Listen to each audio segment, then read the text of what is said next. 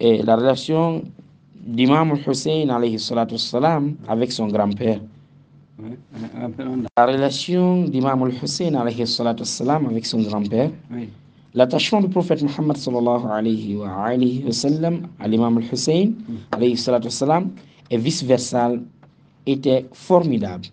Parfois, un grand-père peut être le pire exemple pour un enfant et parfois, un grand-père aussi peut être aussi le meilleur exemple pour un enfant. Combien de fois entendons-nous à la télévision que le grand-père était ivre ou violent et avait un langage grossier? Le prophète Mohammed sallallahu alayhi wa sallam nous a appris que l'enfant observe votre comportement. Ainsi, si vous êtes grossier, colérique, désagréable, têtu ou d'abord difficile, l'enfant prendra vos manières, tandis que si vous incarnez la chaleur et l'humanité, l'enfant sera chaleureux et humble aussi.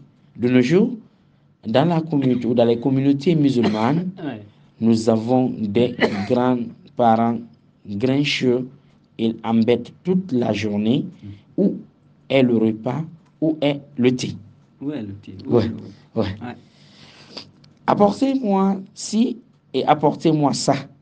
Le prophète Mohammed sallallahu alayhi wa sallam était la parfaite incarnation de chaleur et de bonne manière.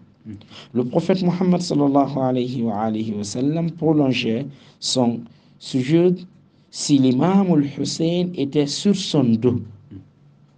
Lorsqu'il essayait de faire la prière d'Allah subhanahu wa ta'ala, il prolongeait son sujoud lorsque l'imam al-Hussein remontait sur son dos.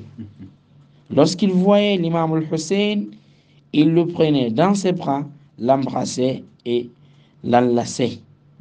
Un jour, un arabe du nom Agra voulait dire celui à la tête grasse, vit le prophète Mohammed sallallahu alayhi wa sallam embrasser l'imam Hussein et lui dit: Mohammed, vous embrassez vraiment l'imam Hussein?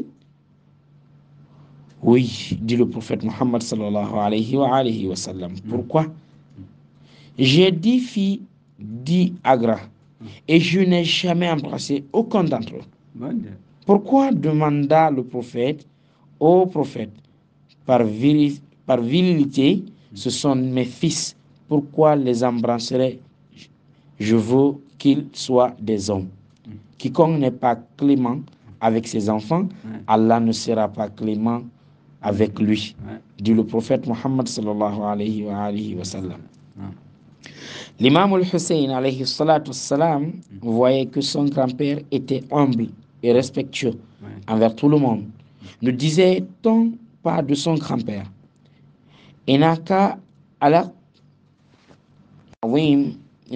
khuluqin azim, il a les principes les plus élevés. Un jour, Imam al-Hussein alayhi salatu wassalam était debout près de son grand-père et il observait un homme en train de faire le wid. Ils remarquèrent que l'homme faisait le wid complètement à l'envers. Le wudu, je pense. Et c'est l'ablution, oui. Complètement à l'envers.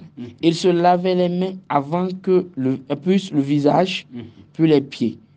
Et ensuite la tête. Aujourd'hui, lorsque les musulmans voient un de leurs co-religionnels ne pas faire sa prière correctement, ils se moquent de lui et le critiquent. L'imam al-Hassan et l'imam al-Hussein vinrent voir l'homme et lui dire: Ô cher, vous êtes plus âgé que nous.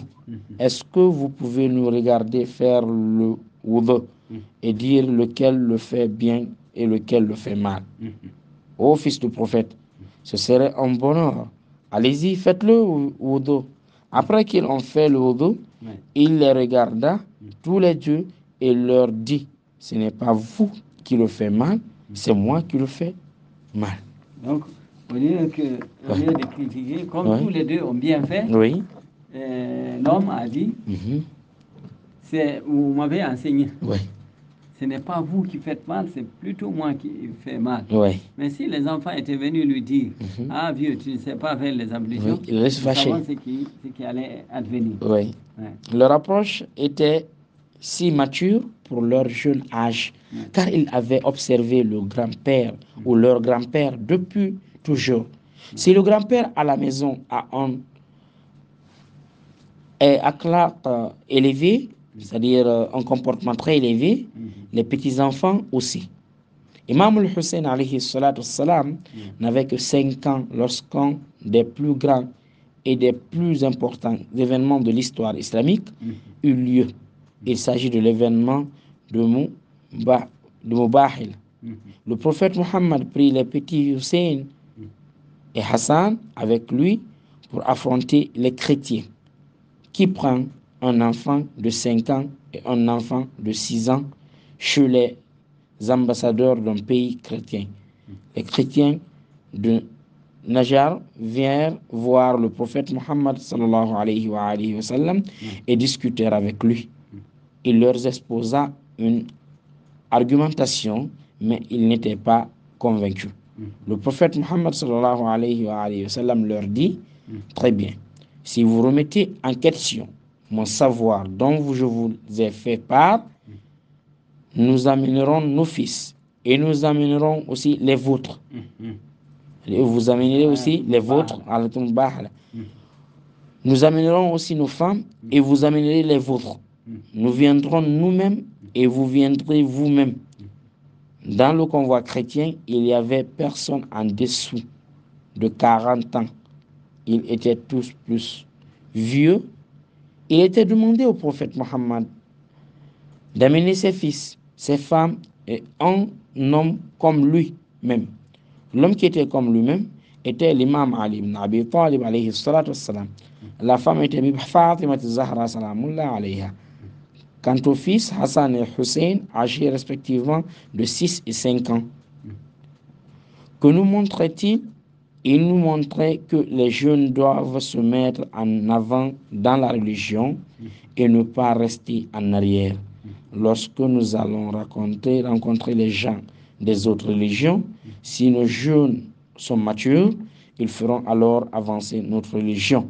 Mais si nos jeunes attendent d'avoir accompli le Hajj et d'être mariés pour devenir religieux, cela veut dire que vous avez une religion qui n'atteint pas son objectif.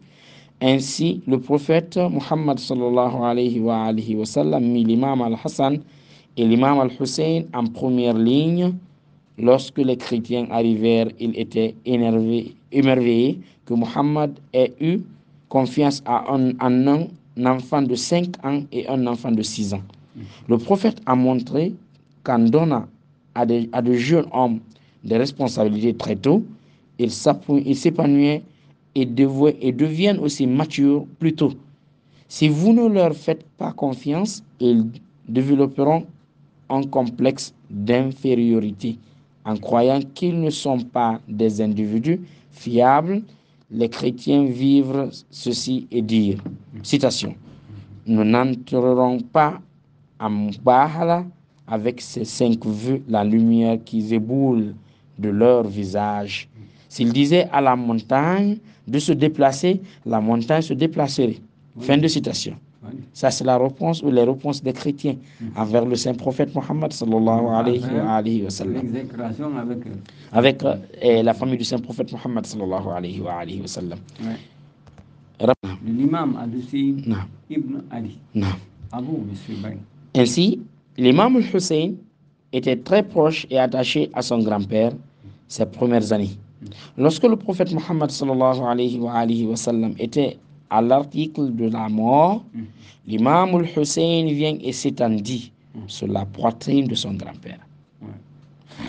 Lorsque l'imam Ali ibn Abi Talib voulait enlever le prophète, dit non.